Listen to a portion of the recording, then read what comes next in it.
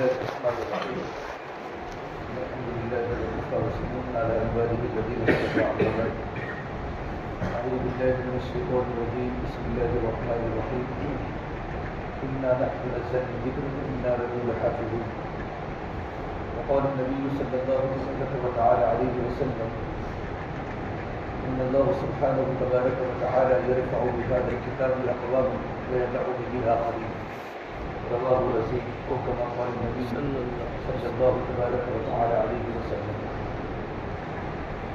میرے عزیز و محترم رسال ہے کہ اللہ تبارک و تعالیٰ نے ہمیں قرآن کریم کی دولت سے نوازا ہے. ہماری پر جو نعمت ہے یہ بہت بڑی نعمت ہے. مولانا محمد زکریا صاحب رحمۃ اللہ علیہ نے قرآن میں لکھا ہے میرے آواز میں جس کو اللہ تبارک و تعالیٰ نے قرآن کریم کی دولت سے نوازا. اور قرآن کریم کی دولت سے بڑی بات ہے کہ قرآن کریم کو ہمارے سینے کے اندر محفوظ کیا ہے. کتنی بڑی طاقت ہے, کتنی بڑی بات ہے, نعمت. اس کے مقابلے میں کوئی انسان تو دنیا کی بہت بڑی ڈگری کو دیکھ کر اگر آدمی بچ جائے اور آدمی کے دل میں کمی محسوس کرے تو اس نے بھی تو اللہ تبارک و تعالیٰ کے حق کی نافرمانی کی اور اللہ تبارک و تعالیٰ کی نعمت کی ناقدری کی. ہمارے پر جو نعمت ہے اس سے بڑی کوئی نعمت نہیں ہے. اللہ کے نبی صلی اللہ تبارک و تعالیٰ علیہ وسلم کے زمانے میں صحابہ کی بڑی تعداد ہے, لیکن سارے کے سارے صحابہ قرآن کریم کے حافظ نہیں تھے. بہت ہی کم صحابہ حافظ قرآن تھے. البتہ پورا صحابہ کا مجموعہ قرآن کریم کا محافظ تھا. قرآن کریم کی ایک حکایت صحابہ کرام کی زندگی میں موجود تھی. وہ جو قرآن کریم پڑھتے تھے وہی قرآن کریم ان کی زندگیوں میں تھا عملی طور پر. جو قرآن کی جو نعمت ہمارے پاس ہے وہ بہت بڑی نعمت ہے. قرآن کریم کی آداب ہے, قرآن کریم کے حقوق ہیں. اتنی چھوٹی سی عمر میں ہم نے سوچا بھی نہ تھا اور اتنا بڑا کلام اللہ نے ہمارے سروں میں محفوظ کر دیا. قرآن کریم کے حافظ بننے کے بعد یہ قیامت تک ہمارے سروں میں محفوظ رہے. اس کے لیے جڑا گیا ہے, اس کے لیے محنت ہے. فرما اللہ کے نبی صلی اللہ علیہ وسلم نے تو قرآن کریم کی روزانہ تلاوت کیا کرو منزلوں کے اعتبار سے. قرآن کریم کی کتنی منزلیں ہیں؟ 7 منزلیں. تو قرآن کریم کی تلاوت کیا کرو منزلوں کے اعتبار سے. اگر قرآن کریم کی تلاوت نہیں کی جاتی قرآن کریم اتنا جلدی سے سینوں سے نکال دیا جاتا ہے جس طرح اونٹ رسی سے جلدی نکل جایا کرتا ہے. اگر اونٹ کی رسی کھول دو اونٹ تیزی کے ساتھ آ جائے گا رسی کھلنے کے بعد. اس سے یا تیزی کے ساتھ قرآن کریم کی ناقدری کی بنیاد پر قرآن ہمارے سینوں سے نکل جائے گا. اس لیے آپ نے بڑی تعداد میں لوگوں کو دیکھا ہوگا میرے یہاں کا ماحول ہے کہ قرآن کریم کے حافظ بننے کے بعد ان کی پوری زندگی چینج ہو گئی. قرآن کریم کی ناقدری کی بنیاد پر ان کے سینوں سے قرآن کا نکل گیا. اب تراویح کا موقع آتا ہے تو نظر دکھاتے ہیں کہ میرا تو یہ کام ہے, میں تو بزی ہوں, میری جاب ہے, یہ یاد کرنے کا وقت نہیں ملتا, سنانے کا وقت نہیں ملتا. الگ حقیقت ہے کہ قرآن کریم یاد ہی نہیں ہے. جب قرآن کریم ہے ورنہ حافظ قرآن کتنا بھی کسی کیوں نہ ہو تو سب سے پہلے اپنے کلام پاک کی حفاظت کی فکر رکھتا ہے. رمضان میں مجھے کہیں بھی موقع مل جائے میں قرآن کلام پاک کو سنا ہوں تراویح کے اندر. ایک ایسا موقع رمضان کے مبارک مہینے میں ہوتا ہے جس کی برکت سے قرآن کریم سنوں کے اندر محفوظ رہتا ہے. یہ بہت بڑی اللہ تبارک و تعالیٰ کی نعمت ہے. اللہ کے نبی صلی اللہ علیہ وسلم پر اللہ نے کلام پاک کو اتارا اور 24 سال کے عرصے میں قرآن کریم 23 سال کے عرصے میں نازل ہوا. اور جبرائیل کی آمد قرآن کریم کی وحی کو لے کر 23 سال کے عرصے میں 24,000 مرتبہ ہوئی. 24,000 مرتبہ آپ صلی اللہ علیہ وسلم کے بعد 24,000 مرتبہ جبرائیل آئے. آپ نے جبرائیل کو 2 مرتبہ اس کی حالت میں دیکھا. ایک تو غار حرا میں دیکھا تو سب سے پہلی صورت آیت نازل ہوئی اقرا سے لے کر وربک اعلم تک. پوری صورت نہیں, پوری اقرا کی شروع کی جو آیت نازل ہوئی ہے وہ غار حرا میں نازل ہوئی. اس وقت آپ نے جبرائیل کو اصلی حالت میں دیکھا ہے. نمبر تو معراج کے موقع پر دیکھا تھا. باقی جبریل امین ہمیشہ دحیہ قلبی کی شکل میں آتے تھے. یہ مدینہ منورہ کے بڑے خوبصورت صحابی تھے. ان کی شکل میں قرآن کریم کو لے کر آتے تھے اور آپ صلی اللہ علیہ وسلم کے سامنے قرآن سناتے تھے. اور آپ کو اتنی قرآن کریم کی فکر تھی کہ جبرائیل جیسے قرآن پڑھتے تھے نا, آپ جب بھی چلے ان کے ساتھ قرآن پڑھتے تھے کہ قرآن کریم کا ایک ایک حرف میرے سینے کے اندر جمع ہو جائے. پھر اللہ تعالیٰ نبی کو فرمایا لا تحرک لسانک لتعجل به ان علینا جمعه وقرآنه فإذا قرأناه فاتبع قرآنه ثم ان علینا بیانه. نبی جی آپ جلدی نہ کیجیے, قرآن کریم کو آپ کے سینے میں محفوظ کرنا ہے ہماری ذمہ داری ہے. صرف اللہ نے اتنا نہیں کہا فإذا قرأناه فاتبع قرآنه. جیسا جبرائیل نے قرآن کریم کو پڑھا کہ ویسا قرآن کریم آپ کو پڑھنا ہے, جن لہجے کے ساتھ, جس ترتیب کے ساتھ, جن مخارج کے ساتھ, جن قواعد کے ساتھ اور جن معانی کے ساتھ جبرائیل نے قرآن کریم کو پڑھا ہے, اسی طریقے پر آپ کو قرآن کریم پڑھنا ہے. فاتبع قرآن, قرآن کریم کی آپ کو اتباع کرنی ہے اور ویسا قرآن کریم آپ کو آگے سنانا ہے. قرآن کریم کا سب سے پہلا حق کیا ہے کہ قرآن کریم کو پڑھنا, قرآن کریم کی تلاوت کرنا. جب آدمی کے دل میں عظمت ہوتی ہے, عظمت, تو آدمی چیز کو زیادہ پڑھتا ہے. جب قرآن کریم کی عظمت اگر ہمارے دلوں میں ہے تو آدمی قرآن کریم کو زیادہ پڑھتا ہے. جب ہمارے ابراہیم صاحب دعوت کرتا تو سب کو فرماتے ہیں حضرت قرآن کریم. قرآن کریم جو ہے وہ اللہ تبارک و تعالیٰ کی ہدایت کی کتاب ہے. ہدی للمتقین ہے, ہدی للناس ہے, ہدی للعالمین ہے. متقین کے لیے ہدایت ہے, سارے عالم کے لیے ہدایت ہے. جب بھی ہم قرآن کریم کی تلاوت کیا کریں اس پر یہ نیت کریں کہ پروردگار عالم کے قرآن کریم ہدایت کی کتاب ہے, میرے حق کی جو ہدایت ہے یہ اللہ مجھے تلاوت کرتے کرتے عطا فرمائے. اور ہدایت ایک نور ہے جب انسان کے دلوں میں جاتا ہے انسان کے دلوں کے پردے کھل جاتے ہیں, اس کو حق کا نفع نظر آتا ہے اور گناہ کا نقصان نظر آتا ہے. جب ہدایت کا نور انسان کے دل کے اندر اترتا ہے یہ بہت بڑی نعمت ہے. جیسے حضرت علی فرماتے رضی اللہ تعالیٰ عنہ, جب میرے دل میں تمنا ہوتی ہے کہ میں اللہ تبارک و تعالیٰ سے باتیں کروں, میرے دل میں تمنا ہوتی ہے میں نماز پڑھتا ہوں. کہ نماز پڑھنے والا بندہ اللہ سے باتیں کرتا ہے. المصلی یناجی ربہ, کہ نماز پڑھنے والا بندہ اللہ سے چپ کے باتیں کرتا ہے. کہ نماز اتنی بڑی اللہ تبارک و تعالیٰ کی عبادت ہے کہ بندے کا سب سے بڑا جو تعلق جو بنتا ہے وہ نماز سے بنتا ہے. مفتی محمود رسول گنگوئی رحمۃ اللہ علیہ ہماری بزرگوں میں دارالعلوم کے بڑے مفتی جو فرماتے تھے کہ قرآن کریم کی حفاظت کی سب سے بڑی اچھی شکل یہ ہے کہ قرآن کریم کو نفلوں میں پڑھا کرو, خاص طور پر عوامل کی نمازوں میں پڑھا کرو. جتنا قرآن کریم کی تلاوت نمازوں کے اندر ہوتی رہے گی اتنا قرآن کریم ہمارے سینے کے اندر محفوظ رہے گا. اور قرآن کریم کو تدبر کے ساتھ پڑھو, قرآن کریم کو تفکر کے ساتھ پڑھو. اور آگے کی بات فرمائے علی فرماتے ہیں کہ میرے دل میں تمنا ہوتی ہے کہ اللہ تبارک و تعالیٰ مجھ سے بات کرے تو میں قرآن پڑھتا ہوں. اللہ تعالیٰ مجھ سے بات کرے تو قرآن کریم جو کہ وہ مخلوق نہیں ہے بلکہ قرآن کریم اللہ تبارک و تعالیٰ کی ذات سے نکلے ہوئے جملے ہیں. اس سے قرآن کریم کی حفاظت کرے امام احمد بن حنبل کو کوڑے لگائے گئے اور اتنی سخت اذیتیں ان کو پہنچائی گئی. بڑے بڑے علماء بادشاہ خرید لیے اور بادشاہ کی تکلیف سمجھنے کے لیے بہت سے علماء نے قرآن کریم کو مخلوق کہا. اس زمانے کا ظالم بادشاہ مسلمان ہی تھا اور اتنے بڑے عالم دین کو اتنا مارا گیا, اتنا پیٹا گیا. لیکن جب ان کا جنازہ اٹھایا نا, دنیا کا سب سے بڑا جنازہ امام احمد بن حنبل کا تھا اور لوگ کہتے تھے ان کا جنازہ بتائے گا حق پر کون تھا, ناحق پر کون. وہ قرآن کریم کی حفاظت کے لیے اللہ نے اتنی چھوٹی سی عمر میں اللہ نے ہمارے شروع میں قرآن کریم کو جمع کیا ہے, قرآن کریم کو محفوظ کیا ہے. پڑھنے کے زمانے میں استاد کی کتنی محنت کرتی ہے آپ کو معلوم ہے. اب آپ اتنا پورا رات و دن قرآن کریم کی آیت کے پیچھے کتنا قرآن کو دہراتے ہیں, کتنا رٹتے ہیں, تب جا کر سینے میں کلام پاک محفوظ ہوتا ہے. اور آخرت میں تو قرآن کریم کے جو وعدے ہیں حافظ قرآن کے سب کو معلوم ہے کہ ماں باپ کو یہ دیا جائے گا, حافظ قرآن کو یہ دیا جائے گا. اور حافظ قرآن کے سینے میں قرآن کریم کے محفوظ ہونے کی بنیاد پر قبر میں اس کو عذاب نہیں ہوتا. کہ اللہ کے نبی صلی اللہ علیہ وسلم نے فرمایا, شاہ ولی اللہ محدث دہلوی نے ایک جگہ پر ایک بات لکھی ہے ان کے شاگرد نے کہ ہمارے پنجاب میں ایک گاؤں کھیرا نامی گاؤں پنجاب میں, اس میں ایک ماں جو اس کا چھوٹا سا بچہ ہے.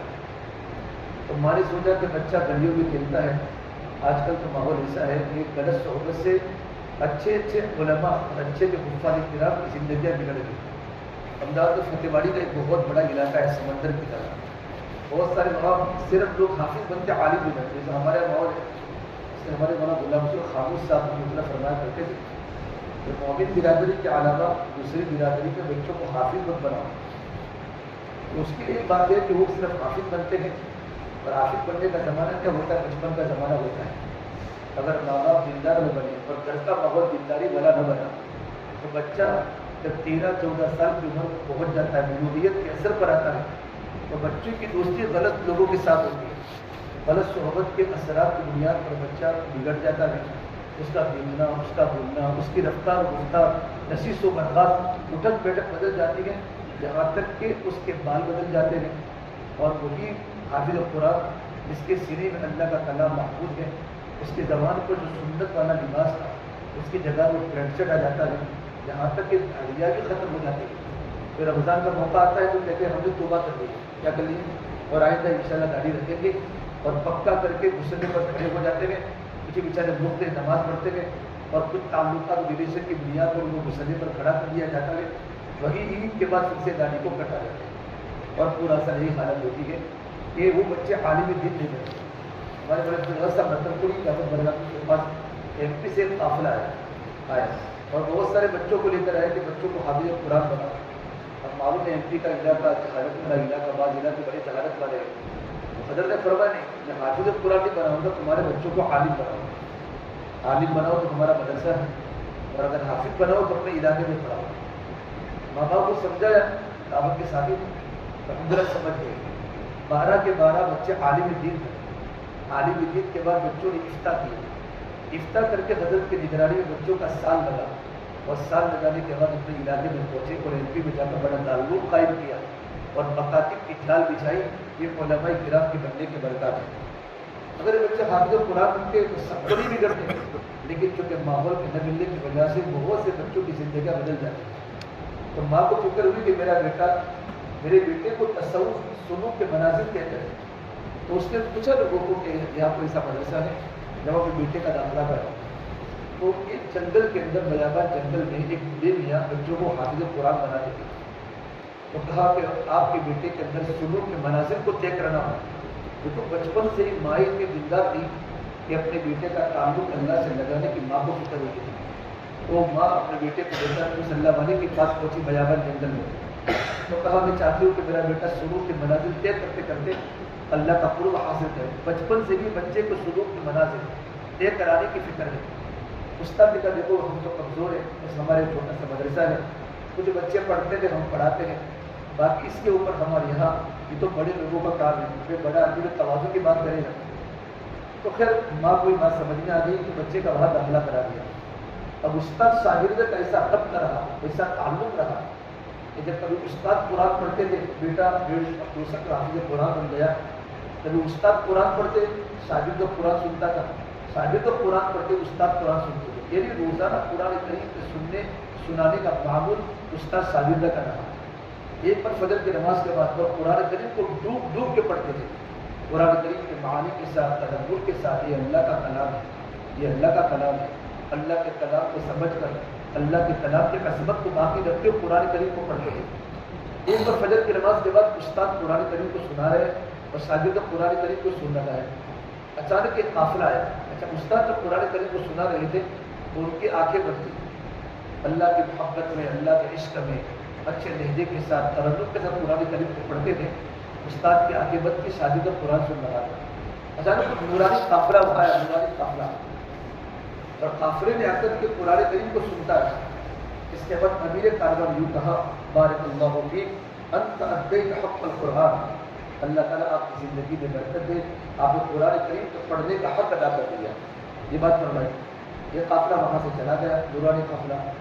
اس کے بعد استاد بھی آپ کو انتخاب پہ آیا, حضرت ایسی نورانی مخلوق آئی تھی کہ ایسی مخلوق مجھے کبھی نہیں دی. اتنا نورانی چہرہ, سنت والا لباس, سفید کپڑے تھے, ان کی پیشانی پر نور چمک رہا تھا. ابھی یہ بات استاد شاگرد کی چالو تھی اور ایک نورانی شخص دوڑتا دوڑتا آیا. کیا تم نے اللہ کے نبی کو دیکھا؟ کیا من تم کو علی المرتضیٰ, میں اللہ کے نبی کا صحابی علی المرتضیٰ. کہ کل بھی ہمارا آپس میں مذاکرہ ہوا تھا کہ جنگل دن کو کیسا ہے تو استاد و شاگرد ابھی سب قرآن کریم پڑھتے ہیں تو اللہ نبی نے فرمایا کر ان کا قرآن کریم سننے کے لیے وہاں جائے گی. اب دیکھو کیسا قرآن کریم سے ان کا والدانہ شغف ہوگا, والدانہ تعلق ہوگا, والدانہ محبت ہوگی کہ اللہ کے نبی صلی اللہ علیہ وسلم کو قرآن کریم کے سننے کی تمنا ہوئی اور صحابہ کے مجموعے کو لے کر قرآن کریم سننے کے لیے آئے اور جسم کے ساتھ اللہ کے نبی کی زیارت بیداری کی حالت میں شامل کرے. اتنی بڑی نعمت ہے. اس لیے ہمارے استاد محمد قاری محمد صدیق صاحب فلاح کیسر میں اکثر شاگردوں کو واقعہ سناتے ہیں. امام حمزہ قصی اختیارات کے بہت بڑے امام ہیں. جب ان کا انتقال ہوا تو اللہ کے نبی صلی اللہ علیہ وسلم کا امام حمزہ ہماری پوری زندگی قرآن کریم کی خدمت میں گزری ہے, پڑھنے میں گزری, پڑھانے میں گزری. تم اتنا اچھا قرآن پڑھتے ہو تو مجھے سورہ صافات سنا. سورہ صافات سناتے سناتے سناتے بہت آگے نکل چکے. جب پوری ہونے آئی اللہ کے نبی صلی اللہ علیہ وسلم پر دلیا کھڑے ہو گیا اور کہا حمزہ کل قیامت کے دن اللہ تبارک و تعالیٰ کے سامنے میں آپ کے ذریعے اپنی امت پر فخر کروں گا کہ میری امت میں سے قرآن کریم پڑھنے والے اللہ نے پیدا کیے ہیں. اس لیے ہماری ذمہ داری ہم قرآن کریم کی روزانہ پڑھیں گے تو قرآن کریم کے پڑھنے کا اسلوب جو ہے, قرآن کریم کے پڑھنے کا جو لہجہ ہے وہ لہجہ ہماری زندگی میں آتا رہے گا. اس طرح ہمارے پڑھنے کے بعد فراغت کے بعد ہم نے دنیا کے کام سوچے ہیں. بہت سے بچے اسٹوڈنٹ کے اسکول کے, کوئی کالج کرتا ہے, کوئی یونیورسٹی میں پڑھتا ہے, کوئی جاب کرتا ہے. ہم کچھ بھی کریں لیکن ایک وقت متعین کریں جس وقت میں ہمارے روزانہ پابندی کے ساتھ اہتمام کے ساتھ قرآن کریم کی تلاوت ہے, ہمارا پارا سنانا ہو سنانا ہو. بہت سے سارے بچے ایسے جن کا قرآن کریم کھل ہی گئے ہیں, ابھی 4-5 مہینے باقی ہیں اور دوبارہ پاؤ پارا یاد کر کے کسی کی نگرانی میں, کسی بڑے استاد کی نگرانی میں یا کوئی اپنا بڑا ساتھی ہو حافظ قرآن ان کی نگرانی میں ہم روزانہ دوبارہ صرف پاؤ پارا یاد کریں اور 4 مرتبہ پاؤ پارا یاد کے 1 پارا ہو گیا. 1 پارا مکمل ہونے کے بعد 1 پارا قرآن کریم میں سنا دیں تو انشاءاللہ اللہ کی ذات سے رمضان تک آپ کا 1 قرآن کریم مکمل ہو جائے گا. پھر رمضان آئے گا, رمضان کی برکت سے آپ کا قرآن بہت محفوظ ہوگا اور تراویح پڑھنے کا بہت مزہ آئے گا. آپ سنتے ہیں سورہ فاتحہ بہت اچھے امام شرین کی لہجے پر پڑھتے ہیں ماشاء اللہ. جب قرآن کریم کا وقت آتا ہے لیکن جیسے بھی روح اللہ شروع ہوا نا پھر گاڑی کھینچ کو نہیں جاتی ہے. اللہ معاف کرے, ہم تو رکوع کے اندر بھی قرآن پڑھتے ہیں. حالانکہ رکوع میں قرآن نہیں, رکوع میں تسبیح ہے. سجدے میں بھی قرآن پڑھتے ہیں, سجدے میں قرآن نہیں, سجدے میں تسبیح ہے. بلکہ التحیات کو پڑھنا نماز کے اندر واجب ہے. واجب ہے, التحیات کے بغیر نماز نہیں ہوتی. بہت سارے حفاظ کرام التحیات نہیں پڑھتے. ہمیں سمجھتے ہیں کہ پیچھے مختلف کو سب پتہ ہے. آپ کی پہلی رکعت کبھی بڑی ہو جاتی ہے, دوسری رکعت کبھی چھوٹی ہو جاتی ہے, کبھی پہلی رکعت چھوٹی ہوگی دوسری رکعت بڑی ہو جاتی ہے, کہ پہلا سجدہ چھوٹا ہوتا ہے دوسرا سجدہ بڑا ہوتا ہے. سب پیچھے والوں کو معلوم ہو گیا حضرت سجدے میں تصویریں پڑھے, سجدے میں دوسری رکعت کا قرآن پڑھ رہے ہیں. بس سمجھ لو اس کی بنیاد پر نہ ہماری نماز ہوتی ہے نہ پیچھے والوں کی نماز ہوتی ہے. اس سے بڑے بڑے شہروں میں ہر جگہ پر حفاظ کرام کا رمضان کے بڑے بڑا جوڑ ہوتا ہے. اس مطلب ہمارے بزرگوں نے, ہمارے علماء نے سوچا اس طرح رمضان کے بڑے جوڑ نہ کیا جائے. اس وقت تو رمضان بالکل قریب ہو جاتا ہے اور حفاظ کرام کو بیدار کیا جاتا ہے. مستقل شاہپور کے علاقوں کے اندر پورے سال کے حفاظ کرام کی ترتیب بنائی کہ مستقل اساتذہ رکھے ہیں 2-2 گھنٹے کے لیے, کہ جو حفاظ کرام جو جاب کرتے گئے, جو کاروبار کرتے گئے, جو کالج میں پڑھتے گئے, یہ اپنا وقت نکال کر جتنا سنا سکے, باؤ پارا سناوے, آدھا پارا سناوے, اپنی حیثیت کے مطابق جتنا سناوے, قرآن کریم جو سنا کر اپنے جاب پر جاوے. اگر قرآن کریم تمہارے سر میں محفوظ ہو جائے گا. جتنا قرآن کریم کے پڑھنے کے فضائل ہیں, حفظ قرآن کے فضائل ہیں, اتنا بھولنے کی بعیدیں ہیں, بھولنے کی بعیدیں ہیں. جب قرآن کریم کے بھولنے پر کتنا بڑا خطرناک کبیرہ گناہ ہے کہ کل قیامت کے دن انسان کو جہنم میں کھڑا کیا جائے گا اور جہنم میں اس کو پتھر مارے جائیں گے, اس کا پورا اثر کچلا جائے گا. یہاں تک علماء نے لکھا ہے کہ اگر 10 پاروں کا حافظ ہے تو 10 پاروں کے حافظ کے بھولنے پر اتنا ہی گناہ ہے جتنا قرآن کریم کے حفظ کے بھولنے پر گناہ ہے. 1 پارے کا حافظ ہے اور 1 پارا حفظ کرنے کے بعد بھول گیا تو اس کو بھولنے کے بعد اتنا ہی گناہ ہے. اللہ ہم تمام کی ان تمام وعیدوں سے حفاظت فرمائے. اس کے لیے ضروری ہے ہم قرآن کریم کے پیچھے اپنا دل لگا لیں. دیکھو دل آدمی کے دل میں جس چیز کا شوق ہوتا ہے, سائنس کا اسٹوڈنٹ کیا کرتا ہے, صبح 4 بجے اٹھتا ہے, جو میڈیکل کالج میں ہوتا ہے, اپنی محنت کرتا ہے. یہ دھول لگنا ضروری ہے. علامہ ابو الحسن کشمیری رحمۃ اللہ علیہ ہمارے دارالدیوبند میں بڑے اساتذہ میں جن کا شمار ہے, بڑا مطالعے کا شوق تھا، بڑے عالم تھے، بڑے ذہین تھے، حافظہ بڑا قوی تھا، گناہوں سے اپنے آپ کو بہت بچاتے تھے۔ ایک بار دارالدیوبند میں خبر پھیلی کہ علامہ انور شاہ کشمیری رحمۃ اللہ کا انتقال ہو گیا۔ علامہ شبیر احمد عثمانی رحمۃ اللہ علیہ اور دارالدیوبند کے اساتذہ پر کریا طاری ہو گیا کہ بھی دیوبند کی بڑی شخصیت چلی گئی اور شاگردوں کا مجمع رونے لگا۔ پورا مجمع حضرت کے گھر پر آیا حال کی تحقیق کے لیے۔ جب کرا کر دیکھا تو حضرت اپنی چوکی پر بیٹھے ہوئے ہیں، جس جگہ پر نماز پڑھتے وہاں بیٹھے بیٹھے کتاب کھول کر مطالعہ کر رہے تھے۔ صبح کی تھوڑی تھوڑی روشنی تھی تو استادوں نے بڑا تعجب کیا، حضرت اتنی ضعیفی ہے، اتنی بڑی عمر ہو چکی ہے اور آپ بیٹھے بیٹھے مطالعہ۔ شبیر احمد عثمانی رحمۃ اللہ علیہ نے وہ جوش انداز میں استاد کو، حضرت ایسی کون سی دقیق بحث رہ گئی تھی کہ جس کے لیے آپ کو اتنا صبح سویرے اپنی آنکھیں کھول کر اتنا اندر دیکھ کر آپ کو مطالعہ کرنے کی ضرورت پڑی؟ اور اگر کوئی چیز رہ بھی گئی تھی تو ہم شاگرد آپ کے پاس بیٹھے تھے، ہمیں کہتے ہم مسائل کے اندر بھوٹا لگا کر بتا دیتے۔ جب یہ بات فرمائی تو علامہ انور شاہ کشمیری بہت دیر تک علامہ شبیر احمد عثمانی کو برابر دیکھتے رہے۔ پھر کہا بیٹا کیا کرو، بیماری لگ گئی ہے۔ کیا لگ گئی ہے؟ بیماری لگ گئی ہے۔ ایک کتابیں دیکھنے کی بیماری ہے تو خدا کرے بیماری ہمیں لگ جائے۔ اس طرح موبائل کی دیکھنے کی بیماری ہے، باہر بیٹھنے کی بیماری ہے، رات کو 12 بجے تک روڈوں پر سڑکوں پر بیٹھنے کی بیماری ہے۔ خدا کرے ہماری بیماری قرآن کریم کی تلاوت میں لگ جائے اور یہ بیماری لگ گئی نا تو ہماری دنیا اور آخرت بنے گی، دنیا آخرت بنے گی۔ جتنا قرآن کریم کی عظمت دیکھو، جتنا اللہ سے محبت ہوگی، اللہ کے کلام سے محبت ہوگی۔ اسے قرآن کریم کی حفاظت کے لیے قرآن کریم کے جو اسباب ہیں ان اسباب کے ساتھ ہمیں زندگی گزارنی پڑے گی۔ اسباب کیا ہے کہ ہمارا رہن سہن اچھا رہنا پڑے گا، ہماری صحبت اچھی کرنی پڑے گی۔ اس اسٹوڈنٹ کے اندر ہمارے بڑے دو تین باتیں فرماتے ہیں۔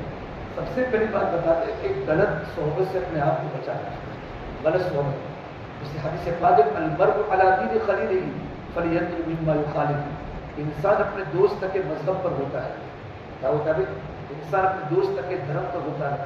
اب چاہے کہ انسان سوچے وہ کہاں دوستی کر رہا ہے، فلینظر مما یخالف۔ علماء نے لکھا ہے انسان کی زندگی کو اگر چیک کرنا ہو تو اس کے دوست کی زندگی دیکھ لو، اس کے دوست کے اثرات کے بغیر دیکھو نیک صحبت کے بھی اثرات ہیں اور بری صحبت کے بھی اثرات ہیں۔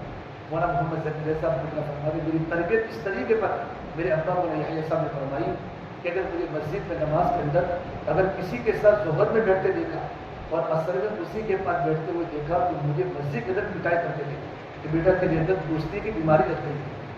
ایسے فرمانے اس وقت میں اپنے آپ کو مزدور سمجھتا تھا کہ میرے ابا سب کے سامنے میری پٹائی کرتے ہیں، لیکن فرمایا جب میں عالم دین بنا اور بخاری شریف میرے ہاتھ میں آئی، حضرت تو سارے شعبے والوں کے مرجع تھے، تبلیغ والوں کے، خانقاہ والوں کے، تسلیغ و تعلیم والوں کے، مدرسے والوں کے، سب کی توجہ حضرت کی طرف ہی تھی۔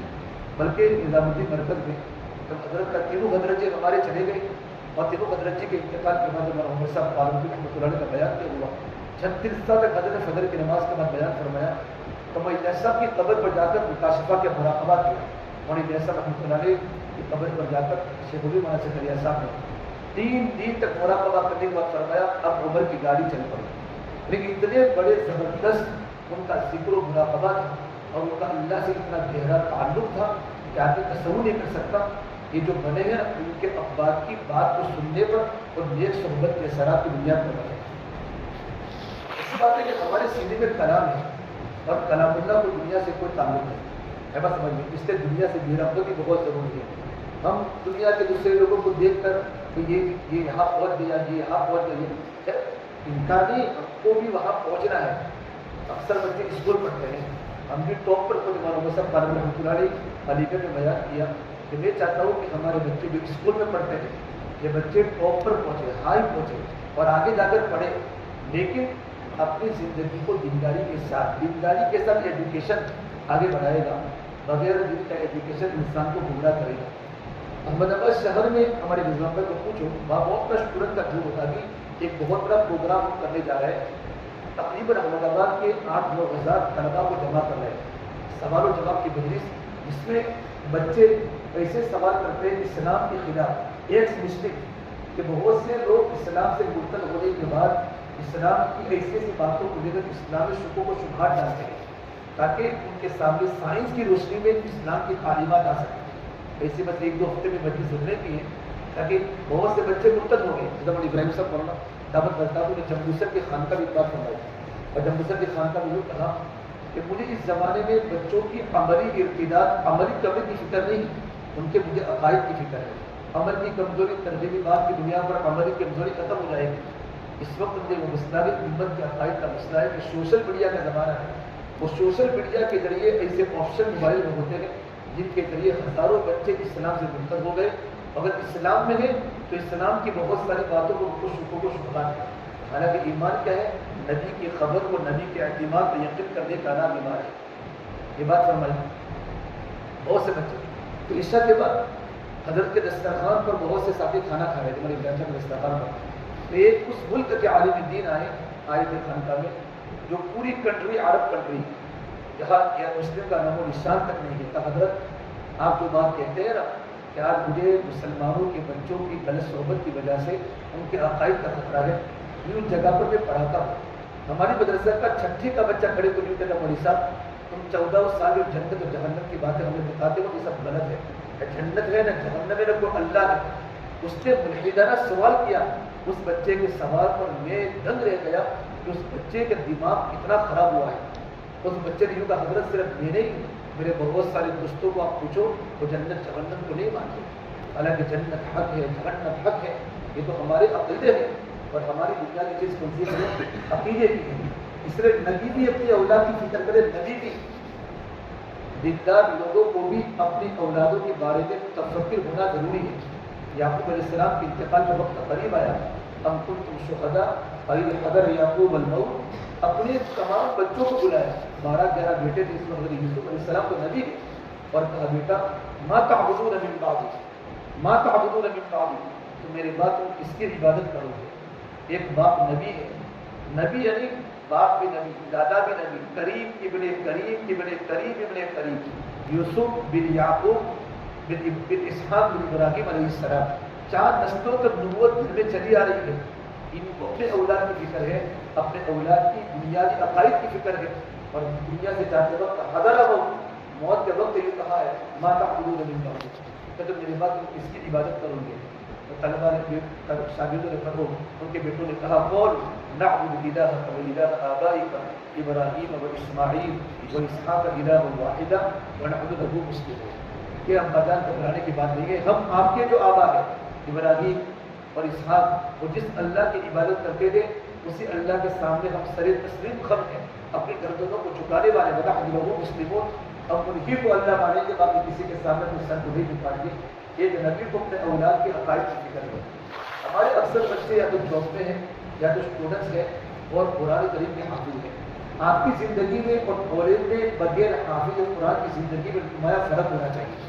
عبادات کے اعتبار سے بھی, معاملات کے اعتبار سے بھی, معاشرت کے اعتبار سے بھی. نمازوں میں ہم سب سے آگے ہو, قرآن کی تلاوت میں سب سے آگے ہو. بلکہ بہت سے اسٹوڈنٹ حافظ سے دوستی کرتے ہیں کہ میرا دوست تو حافظ قرآن ہے, میں تو حافظ کی دکان پر رہتا ہوں اور حافظ کی دکان کے پاس جاتا ہوں, حافظ میرا دوست ہے. ان کو گرو ہوتا ہے, ان کو فخر ہوتا ہے کہ میرا دوست حافظ قرآن ہے. ایسا نہ ہو کہ ہماری صحبت ان کی زندگی میں آئے.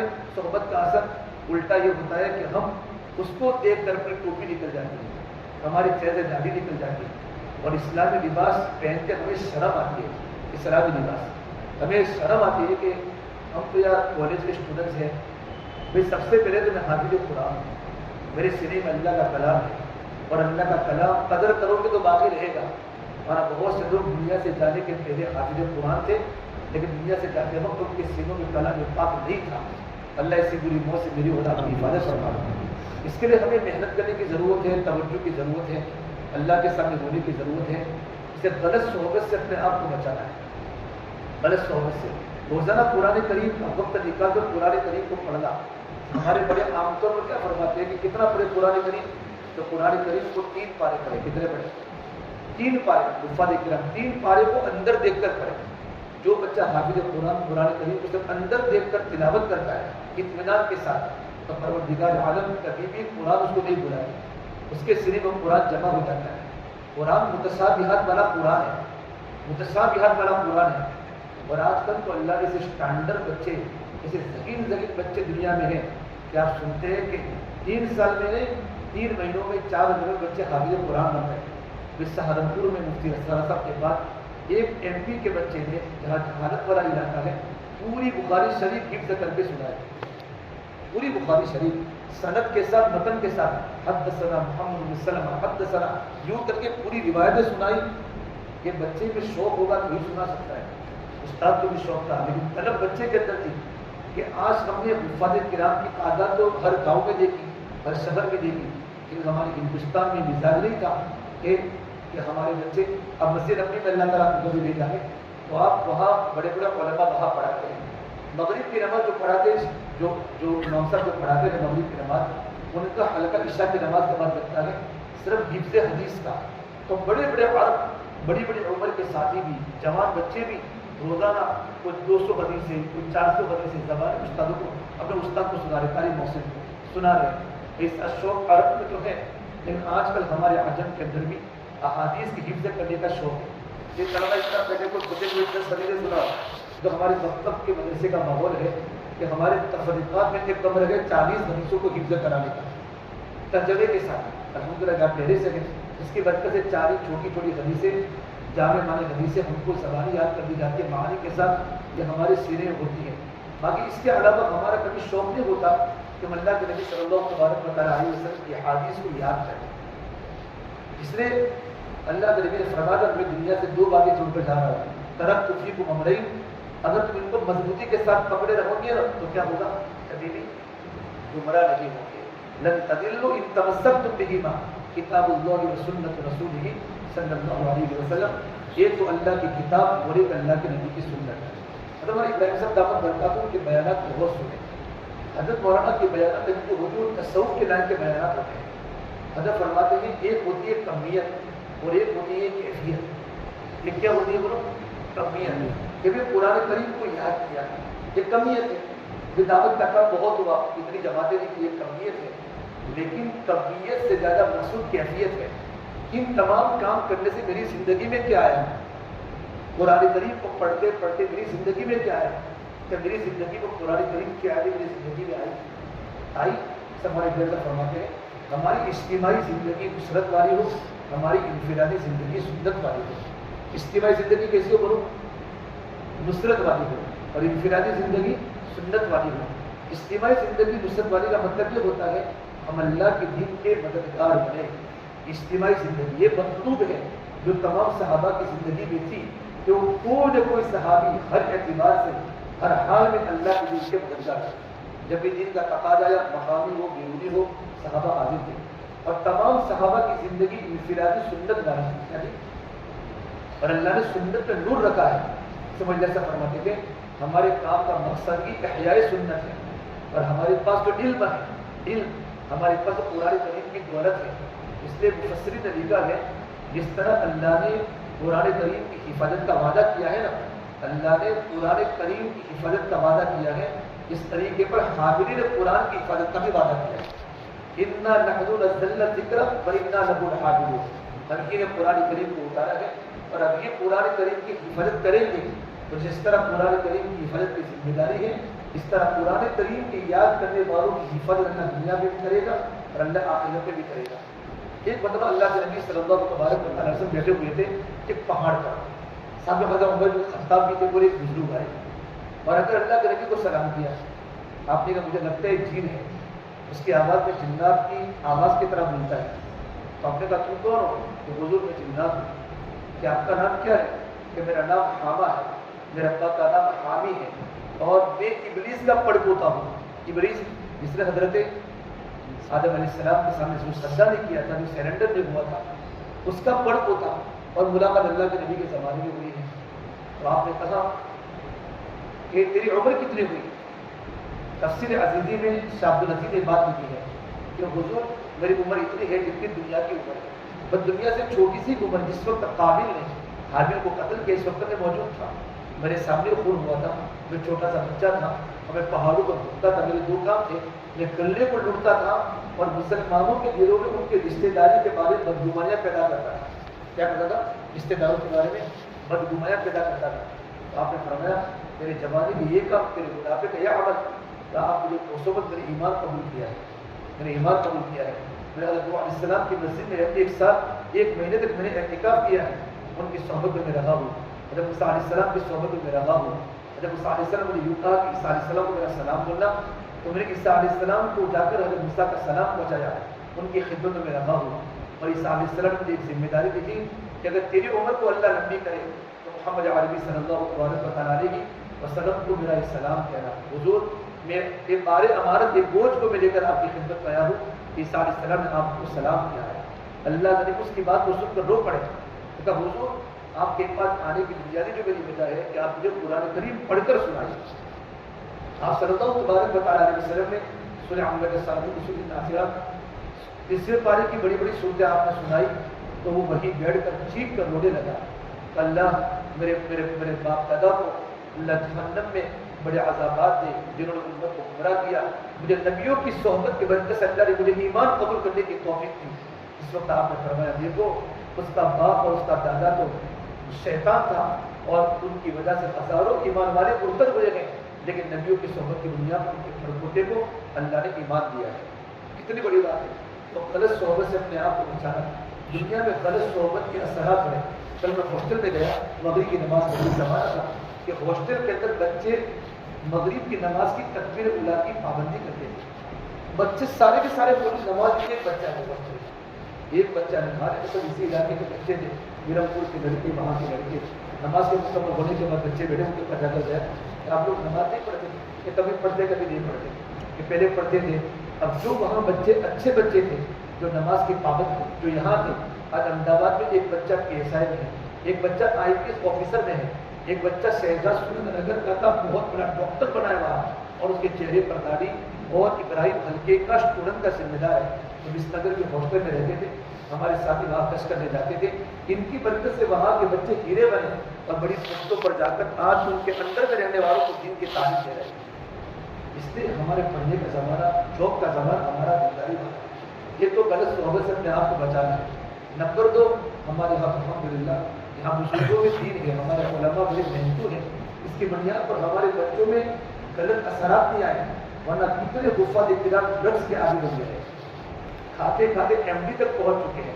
سگریٹیں پینا تو عام معمول ہے، بیڑیاں پینا، سگریٹیں پینا تو عام معمول ہے. اس کے ساتھ ساتھ ڈرگس کے عادی بن گئے. اللہ معاف کرے، بہت سے حفاظ کرام تو شراب کے بھی عادی بن گئے غلط صحبت کی وجہ سے. وہ کہتے تھے ہم جب حافظ بن کے گھر پر آئے، ہم دوستوں سے رہنے لگے تو ہمارے دوستوں میں شراب کی پینے کی لت تھی. آہستہ تک ہم نے بھی چکھی. آج ایسا حال ہے کہ قرآن کریم تو بھول گئے، ایک رکوع سینے میں موجود نہیں ہے. پورا گھر پریشان ہے، ماں باپ پریشان ہے. ایک بار میں چھوٹے ماڑی میں ایک جگہ بیان کر کے رات پا رہا تھا، ایک حافظ قرآن لڑکا اپنی ماں کو چپلوں سے مار رہا تھا، چپلوں سے مار رہا تھا. اس کی بوڑھی ماں ایکٹیوا پہ اٹھا کر پوری اس کی بوڑھی ماں رو رہی تھی کہ میرا بیٹا حافظ قرآن ہے. میں نے بڑی محنت سے میرے بیٹے کو حافظ بنایا. جب پیدا ہوا میرے محلے میں مٹھائی تقسیم کی، حافظ قرآن بنا، میرے رشتے داروں کو پیڑے کھلائے، کھانا پکا کے کھلایا. آج میرا بیٹا ڈرگس کافی ہو چکا ہے، شراب پیتا ہے. جب رات کو میرے گھر پر آتا ہے نا تو مجھے چپل سے مجھے مارتا ہے. اور اس کے چھوٹے چھوٹے بچے اپنے ابا کو دیکھ کر کوئی ٹوائلٹ میں گھس جاتا ہے، کوئی غسل خانے میں گھس جاتا ہے. ایک حافظ قرآن کی غلط صحبت کی بنیاد پر وہ زندگی بنی کہ جس کی ماں نے پیدائش پر مٹھائی تقسیم کی ہو اور پیڑے تقسیم کی اس کے حفظ قرآن کے خاتمے پر آج وہ بیٹا جہنم بنا ہوا ہے. اس لیے ہمارے ہاتھ بہت ماحول ہے ماشاء اللہ. اتنی چھوٹی عمر کے بچے اور سنی بونا برادری جو اللہ نے بتائی ہے نا، ان کے عجیب عجیب قدرتی صفات ہیں کہ ان کے بیٹوں کے دلوں میں اللہ والوں کا علماء کا احترام ہے. کچھ نہ کچھ زندگی، لیکن آہستہ آہستہ پٹری ختم ہو رہی ہے. آہستہ آہستہ ایک ہر ایک کو بیرون جانے کی بہت فکر ہے. کس کی فکر ہے؟ بیرون، باہر کی کنٹری میں. دو کے ساتھی رات کو مجھے ملے کہ میرا بیٹا باہر کنٹری میں. یہ شوق کی چیز نہیں ہے. ایک بیٹا ہے، بیٹا باپ کے ساتھ زندگی گزارے. ایک بیٹی ہے، بیٹی باپ کے ساتھ زندگی گزارے. بلکہ ہمارے محمد برادری کے لوگ اکثر لوگ ممبئی میں رہتے ہیں، لیکن ماں باپ نہیں چاہتے کہ میری بیٹی کا رشتہ ممبئی کے خاندان میں ہو. میری بیٹی میرے سامنے ہو، میرا بیٹا میرے سامنے ہو. 60-70 سال ابھی ڈاکٹر مسلم صاحب کے چچا کا انتقال ہوا. لڑکا کینیڈا ہے، لڑکی کینیڈا ہے. فون کیا، لڑکا آنے کے لیے تیار ہے. سچ کے ابا لڑکا تیار ہے. ڈاکٹر صاحب کا جماعت سے ہوا مولانا نماز جنازہ پڑھانی ہے اور غسل دینے کے لیے بھی کوئی نہیں ہے. غسل دینے کے لیے فون کیا تو غسل دینے والوں کا ہمارا گروپ ہے، وہ آئے اور ان کے چچا کا غسل دیا، میں نے نماز جنازہ پڑھائی، قبرستان میں گیا، بیٹے نے کہا چھٹی نہیں ملتی، بیٹے نے کہا آنے کا وقت نہیں ہے۔ یہ کون سا ایجوکیشن ہے؟ یہ ایجوکیشن بوڑھے ماں باپ اپنے گھروں میں سڑ رہے ہیں، باپ کا جنازہ اٹھا ہے، بیٹا تیار ہے، بیٹی تیار نہیں۔ یہ ایجوکیشن جو انسان کو جہنم کے گڑھے پر قرار دیتا ہے۔ ماں باپ سے بڑی کوئی نعمت ہے، ماں باپ سے بڑی کوئی نعمت ہے، اور اولاد ماں باپ کے لیے اس سے بڑی کوئی نعمت ہے۔ اس لیے محمد عثمان کا فرماتے ہیں ایک جگہ پر میں کراچی میں ایک گھر میں گیا، اور گھر میں جانے کے بعد جیسے میں اندر پہنچا پورا ایجوکیٹڈ گھر، لیکن سارا گھرانہ تینوں کے تینوں بچے ڈاکٹر بھی تھے، حافظ قرآن بھی تھے، لیکن زندگی سنت والی تھی۔ جیسے میں گھر میں انٹر ہوا، سلام کیا تو بچوں نے سلام کا جواب دیا، اور بچوں نے اس طریقے پر میرا استقبال کیا، ویلکم کیا سنت کے مطابق۔ سنت کے مطابق میں بیٹھا تو لڑکا جو بڑا تھا وہ پانی لے کر آیا، میں نے پانی پیا، پانی پینے کے بعد میں نے کہا بیٹا تم بڑے ہو؟ کہنے حضرت بڑے تو اللہ ہے۔ کیا کہا؟ بڑے تو اللہ ہے، البتہ میں اپنے بھائی بہنوں میں سب سے بڑا ہوں۔ حضرت فرماتے ہیں اس کی بات کا اثر میرے دل پر وہ لگا ہے کہ اس کے ماں باپ نے اپنے بچے کی کیا تربیت دی ہے کہ بیٹا یوں کہتا ہے کہ کرنے والی ذات صرف اللہ کی ہے اور بڑا تو اللہ ہے۔ جب اپنے بھائی بہنوں میں کھڑا ہوں، میں وہاں کچھ کرتے رہا، ان کے گھر کی جو رہن سہن اور ان کے جو گھریلو جو نظم دیکھا، بچوں کی جو تربیت والی میری زندگی دیکھی، تو واپس آنے کے بعد میں نے ان کے میزبان سے کہا حضرت تم نے اپنے بیٹوں کی کیا تربیت کی ہے؟ میں آپ کے بیٹوں کی تربیت پر رشک کرتا ہوں۔ تو فرمایا ہمارا وقت اللہ کے راستے میں لگا تھا 40 دن، تو ہم نے میاں بیوی نے ارادہ کیا تھا کہ ہمارے بیٹے عاشق رسول بنے، ایجوکیٹڈ بنے، لیکن ان کے دل میں اسلام کی عظمت، ایمان کی عظمت، اللہ کے نبی کا عشق ان کی زندگی میں اندر بھرا ہوا ہو، ورنہ دنیا میں گمراہی کے بہت سارے اسباب ہیں۔ تو میں 3 عمل کرتا ہوں۔ پہلا تو یہ عمل ہم نے یہ کیا کہ ہم نے ہمارے بچوں کے پیٹ میں حرام میں مشکوک لقمہ بھی نہیں کھلایا، ڈاؤٹ فل لقمہ ہم نے ہمارے اولاد کے پیٹ میں نہیں کھلایا۔ نمبر 2، ہم نے دیکھا کہ بچوں کی زندگی کا اثر ماں باپ کی زندگی پر ہے، ماں باپ کیسے ہیں ویسے بچے ہیں، تو ہم نے میاں بیوی نے اپنی پوری زندگی کو سنتوں کے مطابق ڈھالا، یہاں تک کہ اپنی بیوی پر کبھی غصے نہیں ہوا، بچوں کی موجودگی میں کبھی غصے نہیں ہوا کہ بچے ماں باپ کا طرز زندگی دیکھتے ہیں، ان کا اٹھنا، ان کا بیٹھنا، گھروں میں انٹر ہونا، گھروں سے نکلنا، یہ دیکھتے ہیں۔ فرمایا ایک ہم نے ہماری زندگی کو سنتوں کے مطابق ڈالا۔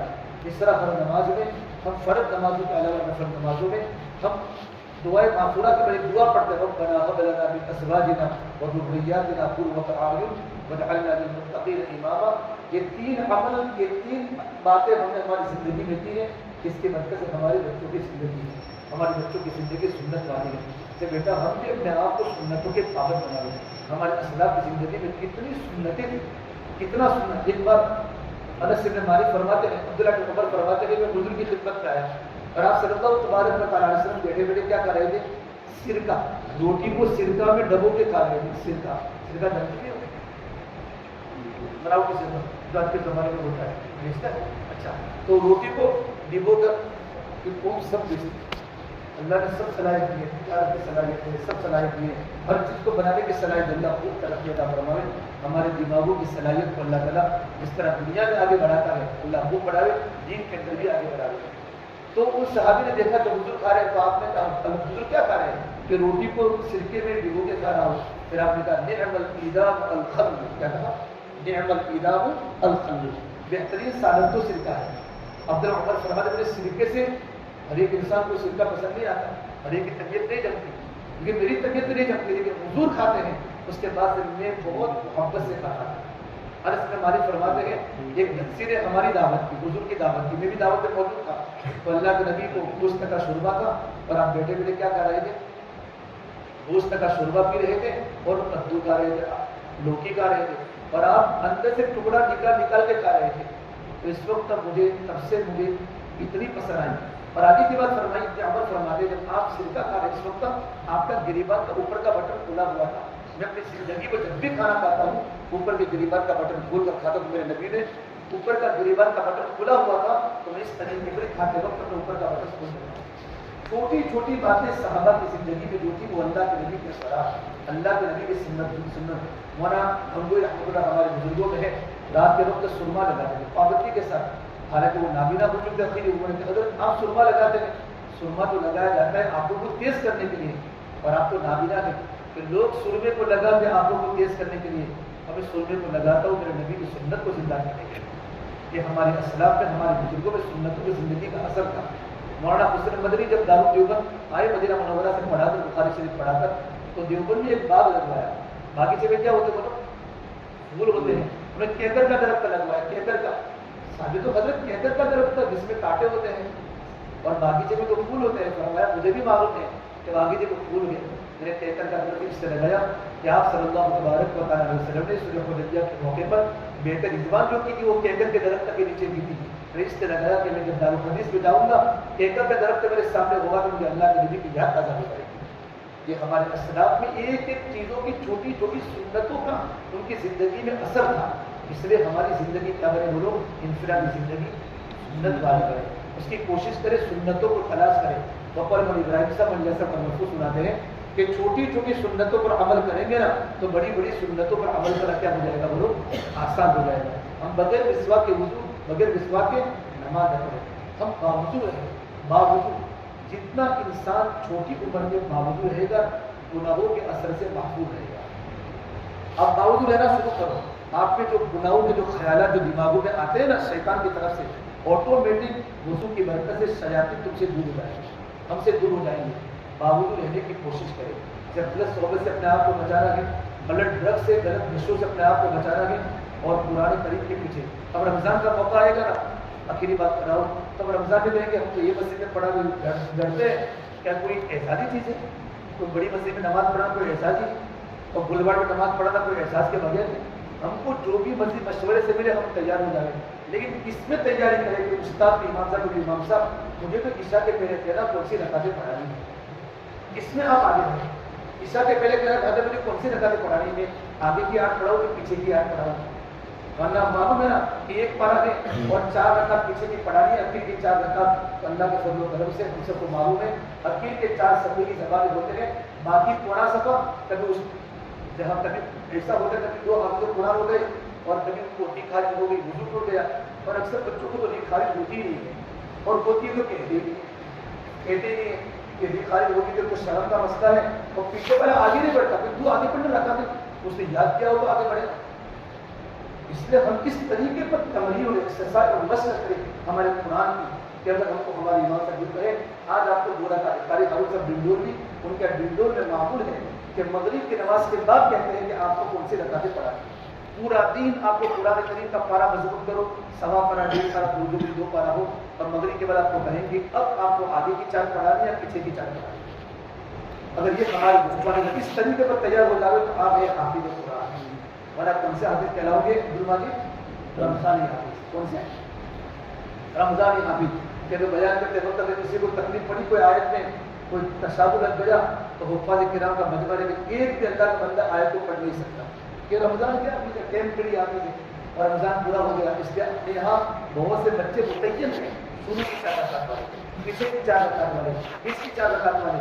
یعنی ہم نے اپنی کچھ سالوں میں قرآن کو حفظ کیا ہے تو قرآن کریم کو پختہ کرنے کے لیے ہم اس میں ریڈی رہیں, اس میں تیار رہیں کہ امام صاحب مولانا اور اپنا جو بھی اوپر ہو نظام الاوقات اس میں یوں کہے ہم کو کون سی بھی رکعتیں دے گو ہم تیار ہیں. اس کے لیے تیار ہو ارے انشاءاللہ. اس کے لیے محنت کرنی پڑے گی. رمضان آئے گا تو سحری بھی جائے گی, افطاری بھی جائے گی. کیا جائے گی؟ سحری بھی جائے گی اور افطاری کے جو سموسے یہاں معروف ہے وہ بھی جائیں گے. کیوں جائیں گے کہ یاد ہی نہیں ہے, یاد ہی نہیں ہے. اب مغرب کے بعد تراویح پڑھانی ہے یا گرم گرم چیزیں تیار ہیں, ٹھنڈی ٹھنڈی چیزیں تیار ہیں. ابھی ٹینٹ پر کہیں گے آپ کو یہ رکعتیں پڑھانی ہے, پورا پارا سبا پارا آپ کو محفوظ کرنا ہے. اس سے جو آپ سے گزارش ہے کہ ہم قرآن کریم کو اس طرح یاد کریں اصبر کہ ہمارے استاد ہمارے اساتذہ جب بھی جس وقت تک کہیں آپ کو پڑھانا آپ اس کے لیے ریڈی ہو تیار ہو کریں گے انشاءاللہ.